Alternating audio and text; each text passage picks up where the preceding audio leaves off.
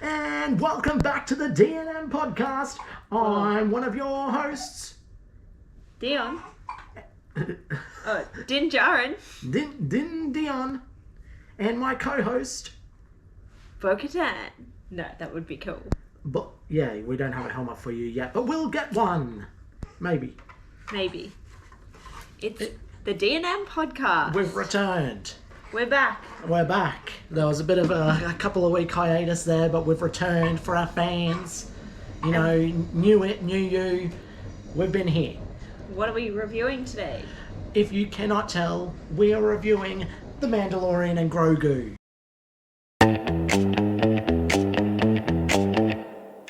We've got Grogu here, we've got Babu Frick, we've got the paintings, we're kitted out. We are kitted out. We're caught Mandalorian and Grogu fever. Yes, that's right.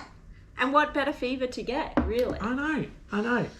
So, shall we talk about this movie? So, 2026 release. I want to say produced by Jon Favreau. Is that the appropriate... He was certainly involved. Like, let's be real.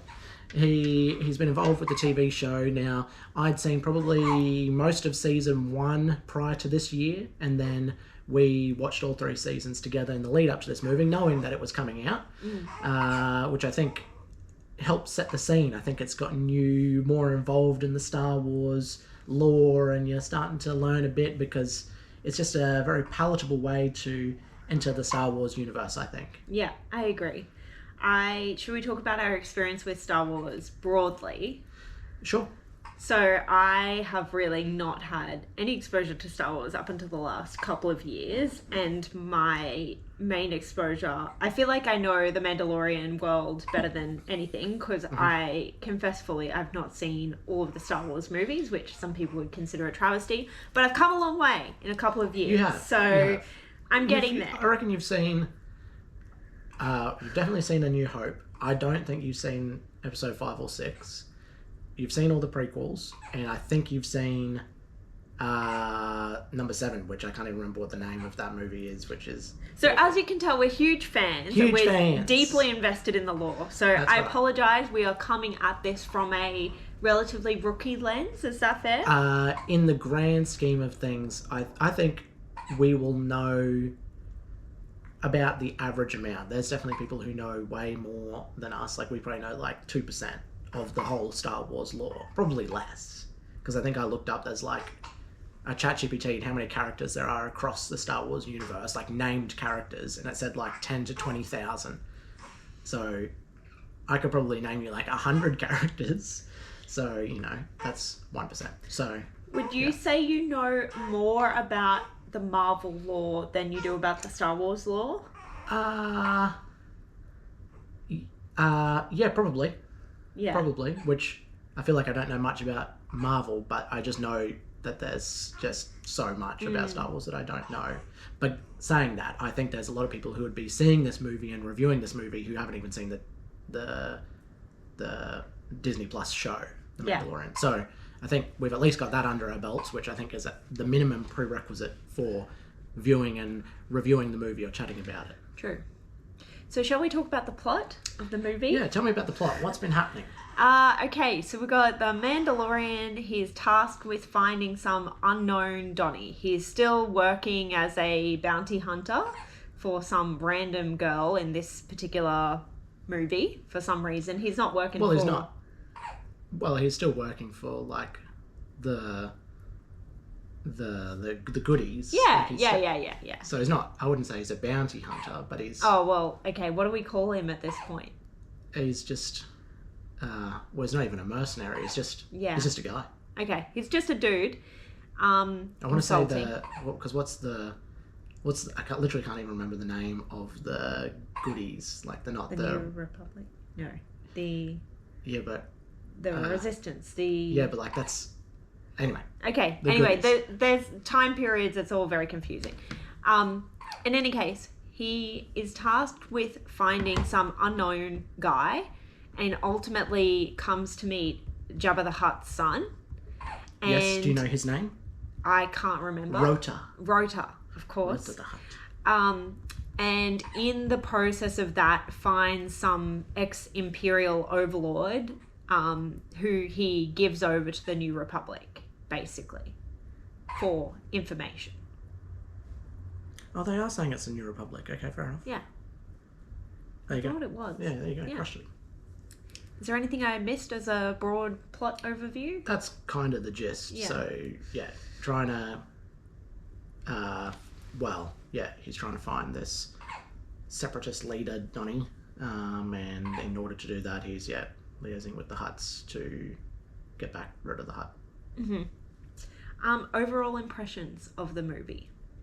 What are you wanting to hear? Well, so I just wrote down, I said it's a solid movie, Yep. but I think there were more worthy storylines in the TV series.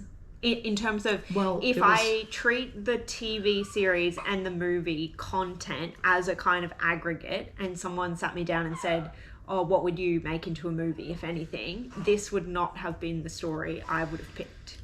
Yeah, look, it was... I was surprised that, yes, it's just the Mandalorian and Grogu and not the Mandalorians, but, I was surprised that they didn't have Bo-Katan in there. I don't know what... that Katie Sackhoff's relationship, I know Gina Carano obviously fell out with Disney after her series of tweets. I think that's what happened anyway. So I don't know if something similar happened with Katie Sackhoff. It's obviously been 3 years since the end of season 3. But to have no other Mandalorians really present, I thought was interesting. But yeah, I agree. I think it was an interesting story point. They could have incorporated at least something from the show, some sort of plot point from the show, because obviously Road to the Hutt and the Hutts in general, Sigourney Weaver's character not in the TV show at all. So I thought that was an interesting choice. I mean, yeah, it was always going to be a softer movie comparatively, because with Grogu there, they're trying to bring in a new generation into the Star Wars universe. Obviously Star Wars next year, 50th anniversary since A New Hope, so it's spanning generations, so they're trying to bring in that next wave, which I think this movie did a good job of. It's hard to hate Grogu. Yeah, I mean, how you couldn't hate Grogu. Yeah. Katie Sackhoff has played other similar kind of characters before, hasn't she? She's in... I don't want to say Battlestar Galactica, but that's going to be... I should have looked that up. She's in whatever character she is in. Because is that character also a Disney character? I think so. Ah, okay. I don't think so. Wait, is that the one that you were thinking of? Well, I was just thinking, did she have tenure with Disney? Surely you would not taint that relationship. It is Battlestar Galactica. Come on. Ah, I did something correct, so there you go. Bears beats Battlestar Galactica. Oh. That's correct. Well. Yep. During the movie, you said it feels like a fever dream, but what made you say that? I don't know. I don't know. Okay. I think because that was when they were going through I don't know the name of the planet, the Coruscant-like planet, and just the music, the atmosphere. It was just, it kind of just felt like I was on an acid trip a little bit. Okay, fair enough. And our defense as well, the cinema that we were watching the movie was actually very brightly lit, so I feel like we lost a bit of the contrast in the colour and the image of the cinema. So I'm actually looking forward to when it comes out on Disney Plus. True. So that we can rewatch it, because I think there's probably bits that we missed as a result of the lighting in the cinema, which, it happens sometimes. Expectations versus reality. So how do you think what we saw kind of compared to what you're expecting from the trailer and the TV show? I think it was a tad underwhelming. I was never expecting it to be, this big grand thing, but the source material was there.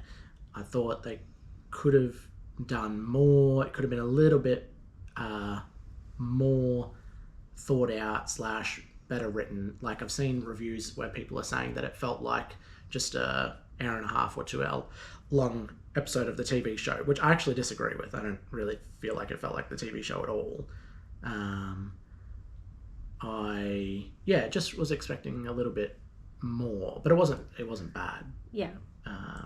Certainly. I think the part from the trailer that stuck in my mind, even though this was probably only a very small fraction of it, but the part that was in my mind is the shot of the AT-ATs going on the side of the mountain and then getting destroyed. And so in my head, I was going in being like, oh, this is going to be like a big cinematic thing. And like even in the TV show, like they had in the first season, the AT-ATs getting taken down. But ATSTs, like, oh, sorry. But they were like such a small part of this movie. Yeah, and so I literally think, was just that opening scene just to kind of set the tone of the movie with the Imperial Warlord and him getting taken out. So, and I think there was like from the trailer, like seeing that kind of shot, it has like a sense of grandeur about it, like a very cinematic kind of vibe, which I think was kind of lacking in the rest of the movie. Get that. Yeah, totally. Yeah, totally. Yeah, I just thought there would be like more spectacle, like in a cinema release. You can do that a bit more than you could theoretically do in a TV show. So I do think that was kind of missing.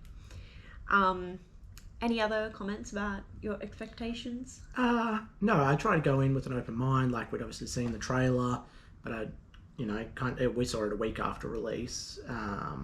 So tried to keep eyes away from reviews and whatnot. So, I think it met my expectations. Okay, met but didn't exceed. Yes. Yeah, fair. Yeah.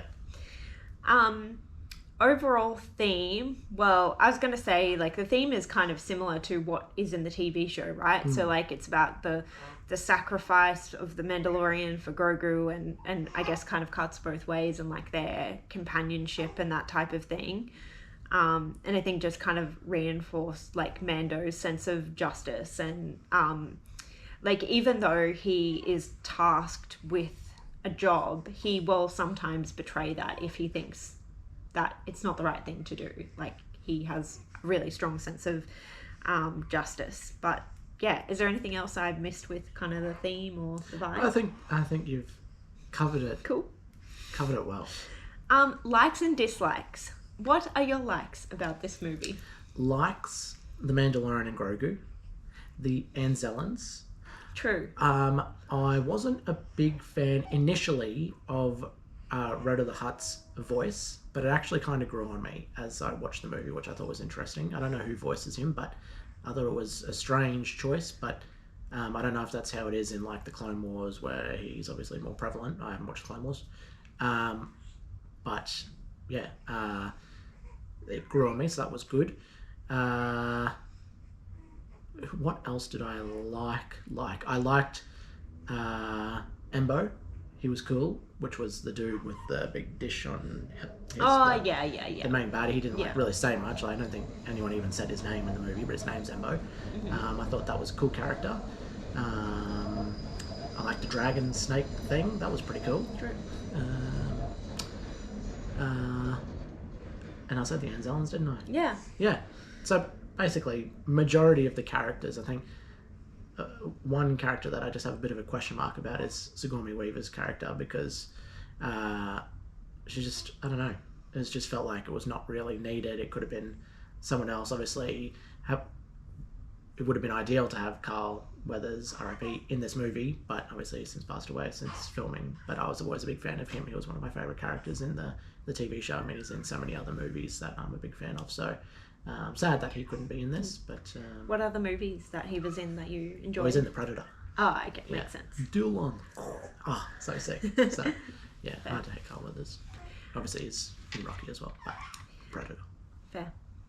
What about you? What are your likes and dislikes? Yeah, I do have a fair list, but actually the thing that I thought was interesting when I got to writing the likes and dislikes down is I quickly wrote down a bunch of dislikes, and then I was like, I did overall like this movie. Like, I can't say I loved the movie, but I was like, why am I struggling to write specific likes? And I think it was more the vibe and the sentimentality that I have about The Mandalorian and Grogu that led me to like the movie. And I think if I had come into watching the movie without having seen any of the Mando series, even if I was a Star Wars fan, I think I probably would have struggled.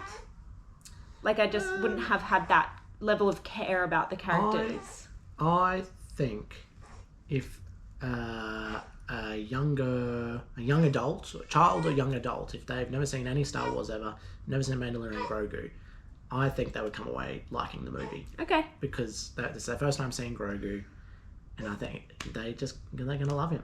Fair enough. Fair enough. Some likes. So I wrote down, firstly, I'm surprised that they actually nearly kind of killed off Mando near the end. Like, he obviously survived, but I actually didn't think that they would go... Get that close. Yeah, get that close. Like, Fair. and like, I would say I felt by the time it got to that part of the movie, I actually wasn't sure how long the movie had gone for. So I was actually doubtful, like, he actually might die in this movie. They might just be like, yeah, we're going to pack it in now, we're done. It could be, that's how they wanted to wrap up the series, but obviously that's not the case. Yep. The humour of Grogu and the Anzellans, like, kind of unmatched, you know. The classic. Anzellans, I think, were essential to the movie, I think. Yeah, I think they added just that little extra bit, just a bit of additional humour. Yeah, fair. I said the cinematography, there was a shot at the start of the movie that really got me, which if I can find a screenshot, I will put it on the screen now. But it was basically this shot of Grogu walking beside Mando and some other character, maybe Sigourney Weaver, I can't remember.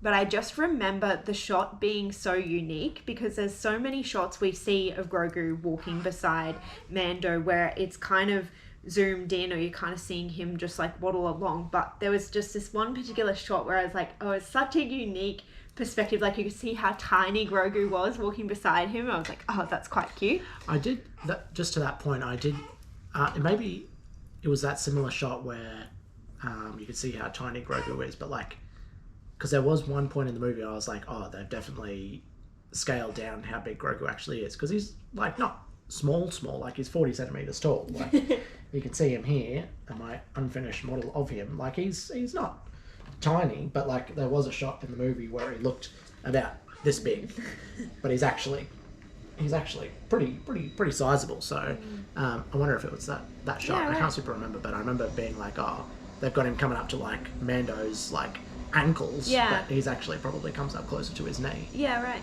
So anyway. Also, I remember, I don't remember what this looks like in the TV show, but I remember vividly at the start of the movie seeing the colouring where they're kind of showing different ships and stuff and thinking the colouring is very, very yellow. Like, it's got that kind of, like a Tatooine kind of colouring. Like a sepia kind of vibe. Yeah, like a sepia kind of vibe. And I wonder if that was also because of the cinema that we were in with the lighting. Maybe. I do think that. Maybe, but then I kind of was noting that it was interesting at the end where like Mando's in the forest and like all of those sort of final scenes that it was really green colouring, like lush rainforest, whatever. And I was like, oh, interesting. Like, I wonder kind of how deliberate these like colouring choices are. I imagine yes, but yeah, it was just kind of interesting to watch that throughout the movie. I like that Mando got his like previous ship back, whatever that's called. The Razor Crest. Yeah, that was cool. That is cool. Kind of came full circle. That's right. Well, he can't be flying around. Wait, I guess he could still in the Starfighter, but yeah, you want to get the Razor Crest back. A classic. Yeah. A throwback. Got blown up too quickly in the TV show. Yeah. I like that there was some link to the original movies because they could have like sort of ignored them totally, but like Jabba was obviously referenced. Obviously the Mando Grogu relationship, goated, you know, so we've got plenty of that. Like, there was a risk that they could have focused like too much on Mando or something like that, but they didn't. It was a good mix. And then like even at the end, like Grogu almost kind of gets his own like storyline.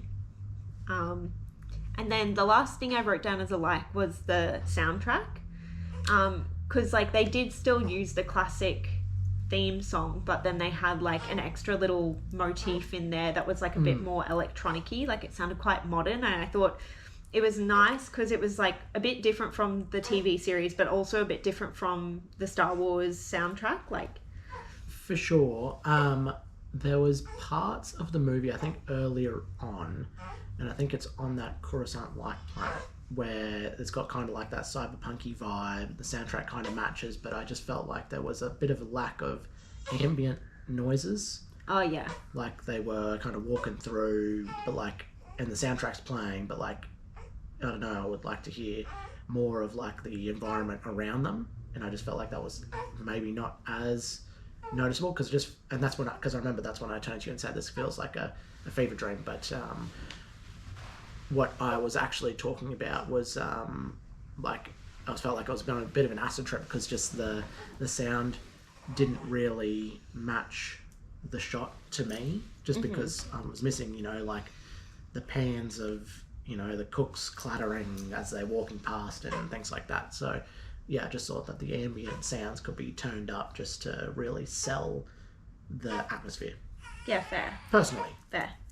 Do you think that soundscape is the same as what they have in the TV show? So, like, maybe you don't notice it in the TV show, but, like, in a movie you really do? Possibly. Yeah, that's a good point. I'm not 100% sure. Shall I go through some dislikes? Yes. Well, I was going to say I thought the first dislike that I've written down was something you would mention, which is that the, quote, evil characters weren't super imposing. Well, you don't think Embo was imposing? What about the dog hound thing? He was, but I'm just thinking in comparison to, for example, Moff Gideon. You really like Moff Gideon. I do like Moff Gideon. But he did have his little one wussy stint when he first lost the Darksaber too. True. That was a bit weird. He kind of just gave up. He came back and then he was cool. Yeah. But yeah, like that kind of took a bit of the shine off that character. So he was sick and then lost the Darksaber in a kind of wussy way, and then he didn't die, came back, and then he was okay. I think, like, if you ask someone about, like, iconic characters from Star Wars or iconic characters, like, iconic evil characters or whatever from Star Wars. Yeah, you're not saying Embo, I don't think. Would you? No. Yeah, because I don't think his name's even mentioned in the movie, so that doesn't help. But yes, certainly no one's saying, the aunt and uncle of Rhoda the Hutt. I don't know their names. And I think this is just because whilst, yes, there was conflict and tension and whatever in this movie, like, no one was that level of baddie, which I think if you're going to make a movie out of a Mando thing, you kind of want them to be someone on that level. Yeah, I think that's fair. I think Embo could have had a more significant presence given he was really the only threat. I mean, the Hutts were a threat, like the aunt and uncle. Yeah, but not themselves. Like, they're kind of like who's like Henry VIII. Like, he ain't doing the killing. We're just going for someone big. Fair enough. I personally said, which I'm always going to say, I think we were missing a few human characters. Which, like, obviously we spoke about the Mandalorians, but I'm not like Carl Weathers. I mean, you like Gina Carano's character, even like Fennec Shand or someone like that, or even get Boba Fett back in there. Yeah, totally. I mean, he's obviously a Mandalorian as well, but I think, I'm not like a huge sci-fi person, but even if I set that aside, I think whenever you're in these movies, there does need to be a good balance of the fictional characters and the human characters. And I think especially when you have a lot of very CGI heavy characters, like you have all the Hutts and stuff, you kind of need more of the other characters to like balance that. I think like, okay, if you're in a movie where you've got Grogu and you've got the Anzellans and maybe characters that are practical effects or whatever, I think that grounds it a little bit more than if you have a lot of CGI characters. Yes, I agree. Well, yeah, I personally don't need that, but I know that might be helpful for you because, like, for example, Men in Black, I know that's not one of your favourite movies for that reason. I'm sorry. But, I mean, I like Men in Black, so... Yeah. The other thing that I think was missing from the movies that I really enjoyed in the TV show was the really, like, clever fighting from Mandalorian. Like, I think watching the TV show, what I see with Mando in a lot of scenes is kind of similar to what I feel with John Wick, that you watch the fight scenes and you're like, how? Like, this guy is a legendary fighter. Like, legendary. Like, these are moves that you don't see in any other movie, and like you get an appreciation for how clever that character is. Whereas I think from the movie, if you'd only watched the movie, you wouldn't realize, like, okay, you He's think, an elite. yeah, yeah, combat specialist. yes, Yeah. and like, okay, yeah, this was necessary for the plot, but even in the end, when he gets into the snake dragon scenario, Grogu saves him. Like, he was not getting out of that. Whereas I feel that there have been a similar level of challenge that he's faced in the TV series that he's managed to get out of before. For sure. Yeah. Yeah, that's fair. I do think there was like some pacing issues. So like after the Mandalorian is poisoned, like I think that dragged a little bit. Like, but like, so when Grogu went to that random guy to get the antidote or whatever, what was the point of that plot line? Well, how was he going to know how to get the antidote? Yeah, but like how was he going to figure it out? Is he going to... That whole character like didn't really add anything. Like they padded that out for scenes and scenes, and I just anyway. You're just a hater. I'm not a hater. And then the last thing that I wrote down as a potential dislike is I love that the Anzellans brought in, you know, Sigourney Weaver and all that crew to kind of save Mando, etc. in the end. However, I think it would have been iconic if they'd actually brought in the Mandalorians. Yes, and that makes more sense. You said this to me after the movie, and I agree, because like obviously the planet where the huts are is outside the district of the New Republic. Like they don't have any jurisdiction there or whatnot. So it did make a whole lot of sense for, you know, the Anzellans to then bring back the New Republic to blow up, you know, the Hutt's palace and whatnot. So it would have been, I agree, it would have made more sense to bring more of the mercenary types, which is the Mandalorians. So, okay, the New Republic's not going to help us. Okay, well, who else can we get? And get the other Mandalorians, get Bo-Katan, get Boba Fett, get whoever it is, and get them to come in and tear the place to shreds. So, I agree. I think that would have been more iconic and, you know, helped with the naming. I mean, it's the Mandalorian. Anyway. I did have a question Hit me for with you it. as someone who's seen many more Star Wars things than me. Oh boy, okay. Because I wasn't sure where this would fall for people in terms of likes or dislikes. A very minor thing, but for some people it may be important. Hit me with your question. At the start of the movie, they show some text which is like orientating the viewer to like, oh, this is where we're up to with the New Republic, etc. Sure, I don't remember what any of that said, but yep. Well, the thing is, but it wasn't shown in the classic Star Wars style. You know how they always have the yellow scrolling. The scrolling text. Yeah, was it not? No, it just kind of came on the screen as like a fade thing. And I'm wondering, are we okay with this because it's Mandalorian? It's not a numbered episode. Okay. So is that the rule? Maybe. I can't remember if they had done that for like Rogue One and the Solo movie. Okay. I can't remember. Okay. But I'm just going to say that's the reason why. Okay, cool. Good to know. Just wondered if that was a rule that they have broken. Yeah, I wasn't even really paying attention to that, so there you go. Gotta pay attention. Oops. Favorite scene. Did you have a favorite scene that you wanted to call out? 2 favorite scenes. Okay. Which both of which are Grogu related. So, the first one, which like I feel like these are like the two of the most iconic scenes, is the first one being from the very start of the movie when it's Mandalorian and Grogu and they're getting rid of that Imperial warlord with the AT-ATs anyway, and they all flee and they've got like all the bombs in the AT-AT, and Grogu realizes and he's trying to notify Mandalorian and he's like I thought that was, you know, just super cute. And then the second one was after Mandalorian was poisoned and Grogu's, you know, built into this nice little hut and he's trying to force him into the hut, and it's just not quite big enough and he's just like just cute. It just shows that and also when the to be fair, so and then when the Anzellans and Grogu save Mando and he's like, oh yeah, sweet, And it's like, oh yeah, we got a spaceship, and then he sees the spaceship, and it's Ian Zellen's spaceship, which is obviously too small, and he's like, oh, yeah, can't fit in that one. That was pretty funny. Fair. So, yeah, just light, just good times. Yeah, fair. Just little nuggets in different scenes. That's right. I had kind of similar types of things written down. So I liked near the end, I think it was the Enzellans have that line about like, good shot, baby. Good shot, I baby. thought that was funny.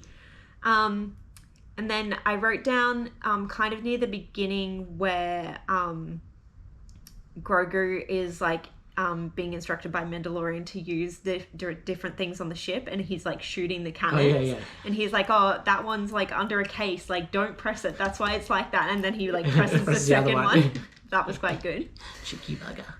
I think like in terms of just iconic things, it was pretty cool at the end where Grogu uses the Force on Rhoda and like lifts up Rhoda, because like you cool. Obviously he's saving his buddy. Yeah, well you can appreciate that, like that would be very hard to do. Whoa. Is that a fat joke? No. But the thing that I thought was missing, which I guess they've kind of just skipped over this, but well, tell me if I'm missing something, but I thought it would have been nice to have some kind of commentary on how Grogu had become so good at using the Force, because the fact that he has gone from kind of what we've seen in the end of the TV series, Mandalorian has tried to get him help to get instruction on how to use it properly from, you know, someone who can use it. But has been unsuccessful. But now cut to the movie, and suddenly Grogu can lift up a whole Jabba, presumably. Well, he did pick up the Mudhorn in like episode 3 of the TV series, true. Which is kind of similar build. Yes. Look, I think people, maybe children who've never seen Star Wars wouldn't know, but like everyone can make the connection that Grogu looks like Yoda. Yoda is a Jedi. Jedis use the Force, so he just can use the Force because he is the same species as Yoda. I don't know if that's actually true, but that makes sense. So, yeah, from that respect, what they didn't really reference is that, which I think you also mentioned to me, is that, well, obviously, Grogu's also technically a Mandalorian. He's Din Grogu. And I don't think that's really referenced in the movie, so...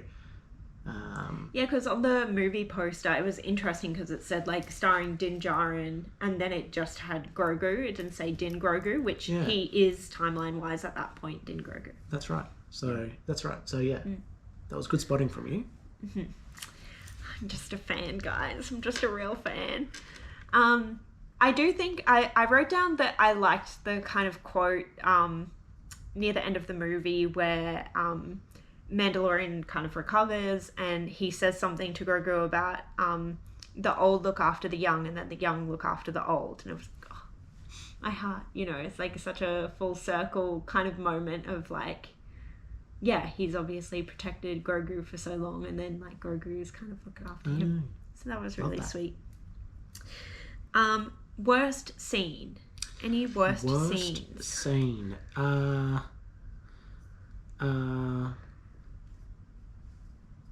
Worst scene.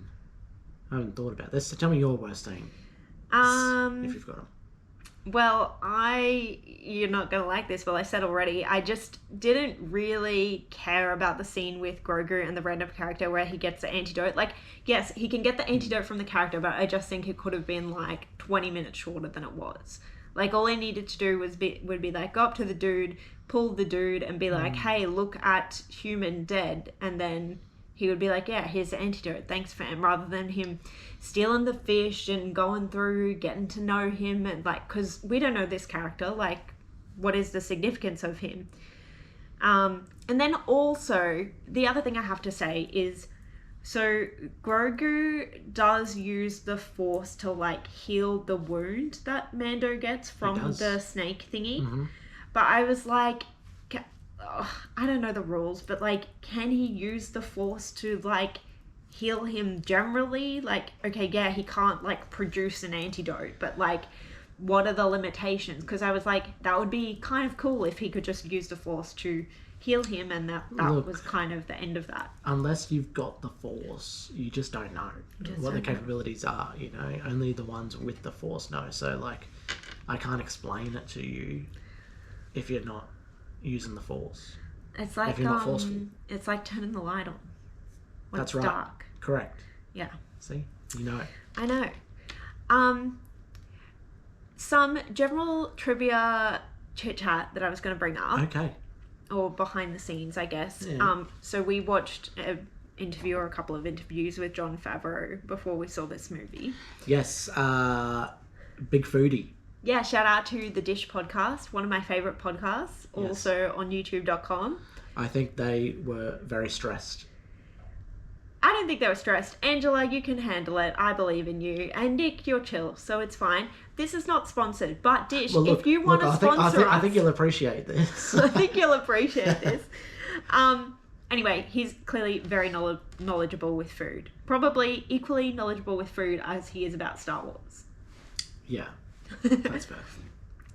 Anyway, one of the things he mentioned, which was in my mind before we went into the movie, is that there was a mix of CGI and practical effects used, and he seemed to reflect that it was important that practical effects were used, which we love. Of course. However, I went into the movie then being like, where are the practical effects? Which I guess they're probably like the ships that they've actually built, the interior. Yeah, like a lot of the characters would be practical effects. Like obviously Grogu himself is practical effects, but like there would be elements of CGI over the top. Like you think like Jurassic Park, like they built a full-scale T-Rex. Yeah, right. But like they enhance it with CGI. I was just thinking, for example, of the scene where the Jabba is in the... Rhoda is in the kind of death match and Mandalorian's in there, and then there's like all the other creatures that come out. That was obviously very heavy CGI. Yeah, so yes, probably because there's so much movement, like, and there's so many characters in there. There's like a dozen people in there, so that probably makes it tricky because that's kind of reminiscent of the Battle of Geonosia from episode 2, where it's Natalie Portman and Obi-Wan Kenobi. Oh yeah, true. Yeah. And they have all the characters come in there and do the gladiator style match. So I think just because there was so many of them in there, lighting was quite dark as well. So yeah, it probably just was hard. Fair. I just thought I would point it out. That's fair. Okay, score. What is your score for this movie? Ooh. Okay, so right now we're going to put up the leaderboard. Yep. Now, what I like to remind our viewers every time is that if I would rewatch the movie, it automatically gets at least a 5 out of 10.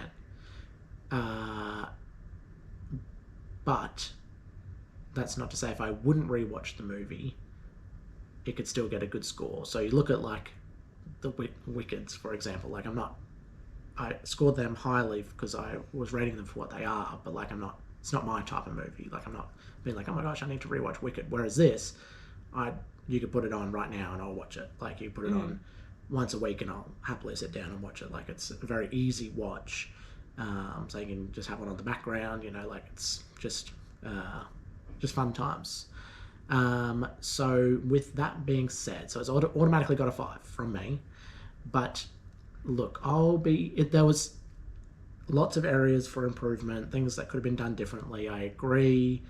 But it also was just a bit of fun. So I'm going to give it an 8 out of 10. Okay. That's quite a high score for you. It is. That goes, and you know, I'm also kind of taking into account the TV show into that rating. Like it's that whole universe, because I think that's just fair to the movie. Yeah, fair enough. So yeah. I gave it a 7.5 out of 10. Okay, that's higher than I thought you were going to rate it. Yeah, I ummed and ahed about the score. I think I struggled, but I did look back at the leaderboard, and I think kind of maintaining relativity to other movies, this is probably... Yeah, but like you think back to what was that Chris Pratt one, the Mercy. Mercy and Crime 101, and man, we've watched some stinkers in comparison. Like, you've got to say this is one that you would go back to quicker than a Yeah, lot of I those other mean, ones. I actually did rate Mercy fairly favourably, and I actually gave it a fairly good score, but I have still given this definitely a higher score than Mercy. Just, I mean, broadly, you just care about the characters more. Yes. But I do think, like, there were many episodes of the Mandalorian TV series where I was absolutely gagged. Like, you get to the end, and, like, yes, of course, being a TV show, they can play with the timing and cliffhangers and all of that. So you have the benefit of that. But for hour-long episodes, like, they were excellent. And, yeah, there were many that you get to the end and you're like, oh, gosh, that was brilliant. Whereas I don't think I had that feeling both during the movie and even by the end of the movie. Like, they could have left it on more of a cliffhanger, certainly, or at least left some kind of loose end, whereas they've kind of tied it in kind a neat of little tied bow. it up. Yeah.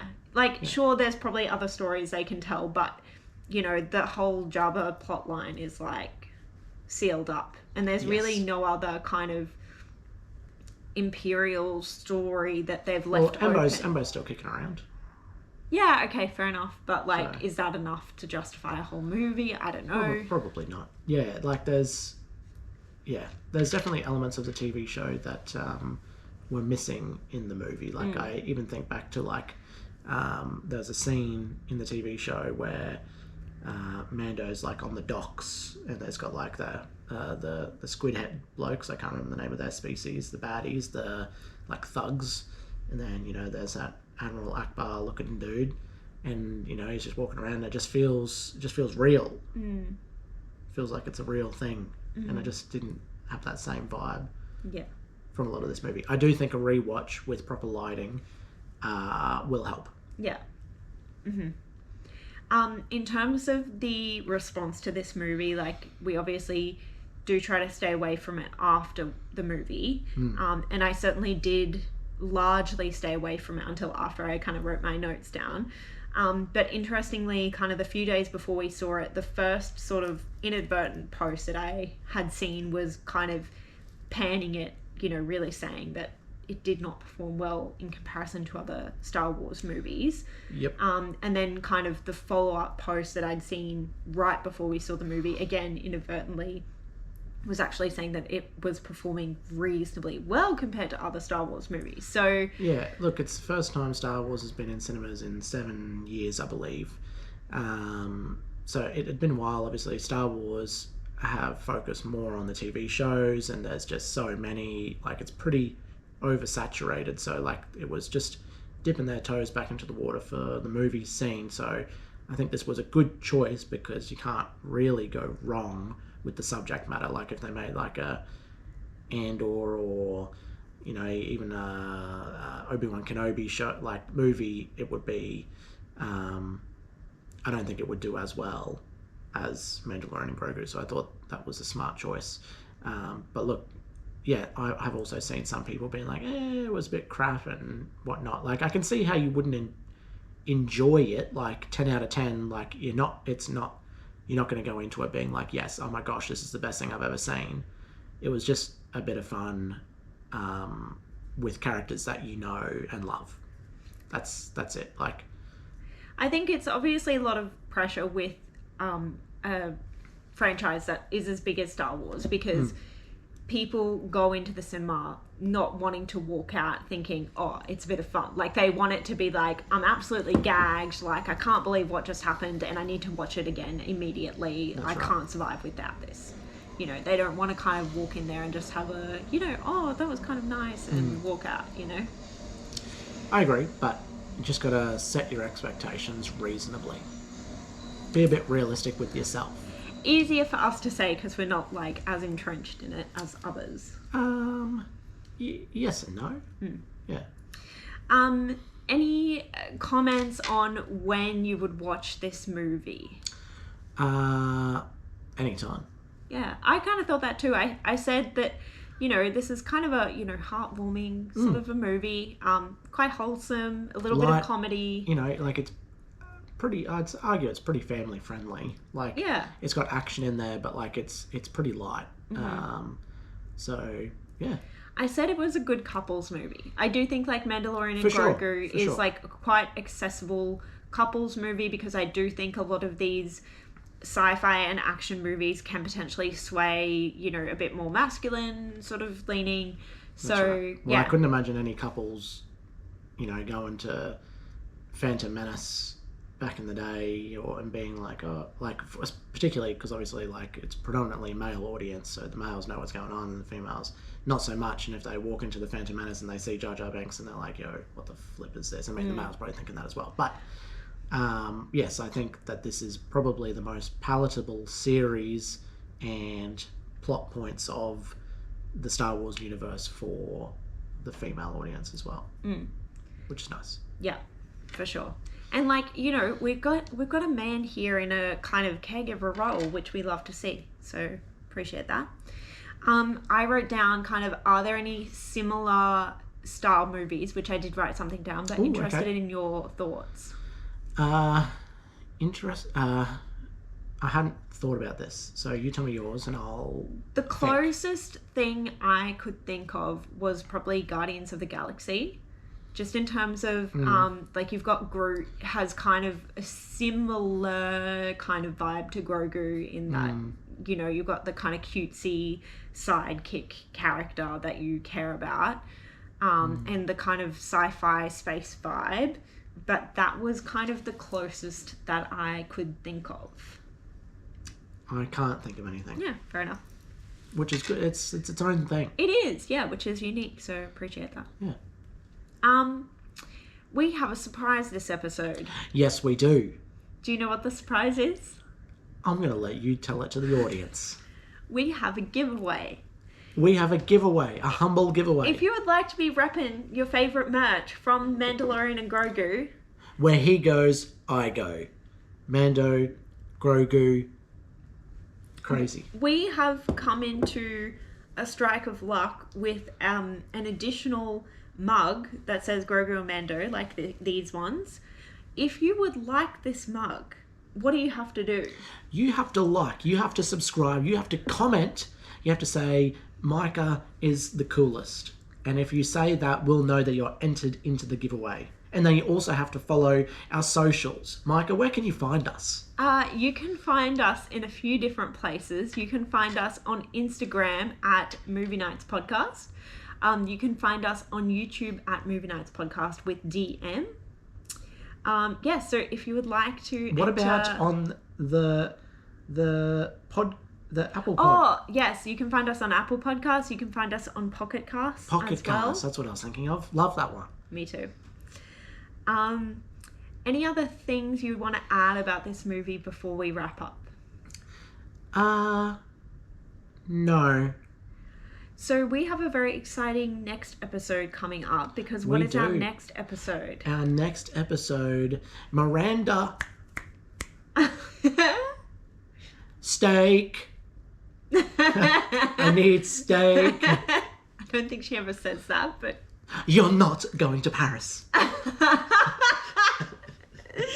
Okay, Did I get it right? If you haven't already guessed, our next movie is... The Devil. Where's Prada 2? So that should be very exciting. It will be hopefully not too far behind this podcast. So that's correct. Look out for that. But until then, do we have a little message?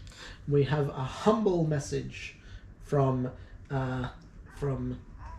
this little guy, Din Grogu. He says, "Whoa, whoa,